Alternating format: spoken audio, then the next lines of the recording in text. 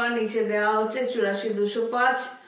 যারা প্রথম দেখছো তাদের কাছে আমার রিকোয়েস্ট যে ফ্রি কনসালটেন্সি পেতে গেলে কি করতে হবে, কি কি পাঠাতে হবে এবং আমি কিভাবে রেসপন্স করি সেটা জানার জন্য তোমাদের আমার চ্যানেলে যেতে হবে। সেখানে গিয়ে ফ্রি কনসালটেন্সি পেতে গেলে কি করতে হবে এই ভিডিওগুলো দেখো, এবং এটাতেও যদি কষ্ট হয় তাহলে আমার 84,205 নাম্বারে নক করে বলবে যে আমাকে লিঙ্কটা পাঠিয়ে দিন, তাহলে আমি পাঠিয়ে দেব এবং সেটা দেখে দেখে যা যা আমার দরকার সেগুলো আমার পাঠিয়ে দেবে যাতে আমি ফ্রি কনসালটেন্সি দিতে পারি। ফ্রি কনসালটেন্সি মানে কিন্তু এটা নয় যে তোমার লগ্ন, রাশি এটসেট্রা সমস্ত কিছু নিয়ে আমি কথা বলবো। 10-15 মিনিট বা 8 ঘন্টা আমি ফ্রি কনসালটেন্সি দিই। কনসালটেন্সি মানে হলো একটা গাইডলাইন, এবং যে কোয়েশ্চেনটা তুমি পাঠাবে সেটা হবে কি হবে না, করতে গেলে কি কি প্রসিডিওর আছে এগুলো নিয়ে আমি ডিসকাস করে দেব। এগুলোতে যদি তোমার আমাকে ভালো লাগে যে না পছন্দ হলো আমাকে, তাহলে তুমি তখন পেইড কনসালটেন্সিতে আসবে এবং তখন কি কি জানতে চাও পেইড কনসালটেন্সিতে, মানে তুমি অ্যাকাউন্টে টাকা পাঠিয়ে দিলে, তারপর তুমি টাইমটা নিলে, সেই সময় বসে কথা বলবে। তো সেই সময় তুমি কি কি ম্যাটার নিয়ে কথা বলতে চাইছো সেগুলো কোয়েশ্চেনগুলো পাঠিয়ে রাখবে। এছাড়াও ডিটেলস যেটা আছে সেটা আগে ডেটাবেসটা পাঠাও, তারপর না হয় ফোনে কথা বলা যাবে। তো আজকের সাবজেক্টটাতে আমি চলে আসি যে আমি যে এত কথা বলি আমার নিজস্ব ব্যক্তিগত অভিজ্ঞতা নিয়ে, এবং তোমাদেরও অনেক কিছু সাবজেক্ট নিয়ে বলার চেষ্টা করি। তো অনেকেরই এটা মনে হতে পারে, অনেকে ব্যঙ্গাত্মকভাবে আমাকে বলতে পারো আপনি জ্ঞানের কথা বলছেন, এই বলছেন, এটা সম্ভব না, ওটা সম্ভব না। তো তাতে তুমি আমাকে কি বললে, তাতে আমি যদি কিছু মনে না করি তাতে আমার কিছু সমস্যা নেই। এটা হতেই পারে আমি কিছু মনে করলাম না, কিছু মনে করতেই হবে তোমার ব্যঙ্গ বিদ্রুপে, সেটা তো বাধ্যতামূলক নয়। তো আমি না হয় কিছু মনে করলাম না, অর্থাৎ আমার কিছু এলো না। আমি নিঃস্বার্থভাবে কি করছি, যেগুলো জানি, যেগুলো নিয়ে অভিজ্ঞতা আছে সেগুলো তোমাদের কাছে তুলে ধরছি। ঘটনাটা কি? ঘটনাটা হচ্ছে যে আমরা যেরকম যেরকম ভাবি, এটা কিন্তু একটা মানে এটা সত্যি, যে এটা সত্যি ঘটে যে যেরকম যেরকম আমাদের মনটাকে আমরা চালনা করি ঠিক সেরকম ভাবে আমরা রেজাল্ট পেতে থাকি। যে মানুষগুলো দেখবি কন্টিনিউয়াস মানে অনেক কিছু পাওয়ার পরও বলে, তারা আমার কাস্টমার হতে পারে, কাস্টমার নাও হতে পারে, ইন জেনারেল হতে পারে। যাদের থেকে মানসিকতা থাকে যে কিছু পাওয়ার পরও তারা বলছে আমার তো কিছুই হলো না, আমি তো কিছুই পেলাম না, আমি তো অসুখী, আমার তো এটা স্বাদ ছিল, এটা পূরণ হলো না, এইসব মানুষগুলোকে দেখবে তারা সারা জীবন ধরে বলেই যাচ্ছে। যে মানুষ অন্যের ক্ষতি করার কথা ভাবে, যে ক্ষতিটার কথা ভাবে, দেখবে তার সাথে সেইটা হয়ে যাচ্ছে। কিছুটা তো কর্মফল থাকে, ধরো কারো একটা খারাপ হলো, তো সেটা তার নিজস্ব কর্মফলে কিছুটা যেমন হলো, এবার তুমি মনে করছো যে তুমিও যে চাইছো যে তার এই খারাপটা হোক এবং সেটা ঘটলো, তাহলে তার সেই খারাপ হওয়াটা সেটা যদি তার কিছুটা কর্মফলে তার জন্মছক অনুযায়ী হয়ে থাকে, ওটার সাথে কিন্তু তুমিও জড়িয়ে গেলে, খুব স্বাভাবিকভাবেই সেই ধরনের খারাপ কিন্তু তুমিও ফেস করবে, বা তার চাইতে বেশি খারাপ তুমি ফেস করবে।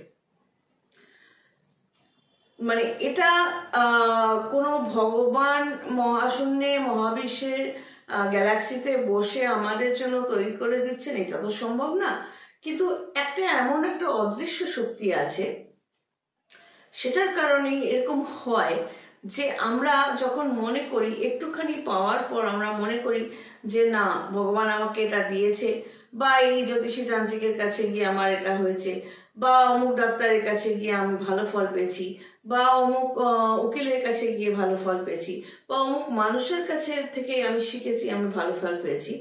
এই কৃতজ্ঞতা সুলভ যে মানসিকতাটা যদি আসে তোমার মধ্যে, রিফ্লেক্ট করে, অর্থাৎ একটা ভালোত্ব তোমার মধ্যে রিফ্লেক্ট করছে, তখন ডেফিনেটলি তুমি দেখবে ভবিষ্যতে তুমি ভালো লোকজনের সঙ্গটা পাচ্ছ। আর চলতে গেলে খারাপ লোকজন, 2 নম্বরই অতিরিক্ত চালাক লোকজনের সান্নিধ্যও আমরা পাই, ফেস করি। আস্তে আস্তে কি হয়, তাদের সরিয়ে দিতে হয়। যা বুঝছো জীবনে সেটা তো সবসময় প্রকাশ করে বলার দরকার নেই। এই ধরনের মানুষগুলো, সবাইকে নিয়েই জীবনে চলতে হবে, তাই এই ধরনের মানুষগুলোকে কাজ হয়ে গেল তার পারিশ্রমিক দিলে বা যে লেনদেনটুকু হওয়ার হলো, তার পরবর্তীকালে চেষ্টা করতে হবে নিজেকে নিজের মতো চালানো। কারণ সঙ্গ, সৎসঙ্গ, অসৎসঙ্গর মানুষ নিয়ে বেশি যদি চলো এবং সেটাকে কন্টিনিউ করো, তাহলে সেই প্রভাবটা তোমার মধ্যে পড়বে। ব্যাপার মানে বেসিক ব্যাপারটা হচ্ছে, মানে জিস্ট এটাই হলো, তুমি যেরকম মানসিকতা নিজে রাখবে, মানে যেভাবে নিজেকে চালনা করবে, সেটাই কিন্তু বারবার অ্যাট্রাক্ট করবে ইউনিভার্সাল পাওয়ারকে, যে তুমি ওই জিনিসটা চাইছো। তুমি ভালো ফিল করো, জোর করে না, যে কেউ হয়তো জোর করে কথা শুনে নিজেকে কিছুদিন ভালো ভালো রাখলো, ভালো ভালো চিন্তা করলো, তারপর হাসফাস করছে, এত ভালো লাগছে না, বা এই নিয়মটা করতে পারবো না, ওটা পারবো না, তখন দেখা গেল তারপর হাসফাস করতে করতে সে আবার আগের ফর্মে ফিরে গেল। সেরকম নয়, পরিবর্তনটা ভেতর থেকেই আনতে হবে।